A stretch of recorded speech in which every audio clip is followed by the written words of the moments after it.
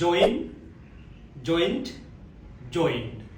இந்த மூணுக்கும் இடையில வித்தியாசத்தை பார்க்கலாம். அதிகமான பீப்புள் இது மூணையும் பிழையாக வழங்கியிருக்கிறாங்க, பிழையாக பயன்படுத்துறாங்க. ஜாயின்ங்கிறது JOIN, ஜாயின், இது வேர்பாக வரும், இணைந்து கொள்ளுதல் அப்படிங்கிற மீனிங். நிறைய பேர் கேட்பாங்க எங்கள்கிட்ட, உங்களோட ஆன்லைன் கிளாஸ்ல நாங்கள் ஜாயின் ஆகலாமா அப்படின்னு சொல்லி. ஜாயின் ஆகலாமான்னு கேட்கறத விட நிறைய பேர் ஜாயிண்ட் ஆகலாமான்னு தான் கேட்பாங்க. ஜாயிண்ட்ங்கிறது வேற, ஜாயின்ங்கிறது வேற. ஆக கிளாஸ்ல இணைந்து கொள்ளுதல்ங்கிறதுக்கு நீங்க பயன்படுத்த வேண்டியது join. Join the class, join the meeting அப்படி வரும். அப்ப ஜாயிண்ட்ங்கிறது என்ன? ரெண்டு இருக்கு. டீல முடிகிறது இருக்கு, EDல முடிகிறது இருக்கு. டீல முடியதை கொடுத்து எடுப்ப முடிச்சோம்னா அது ஜாயிண்ட். இது ஒரு பெயர் சொல், நவுனாக வரும்.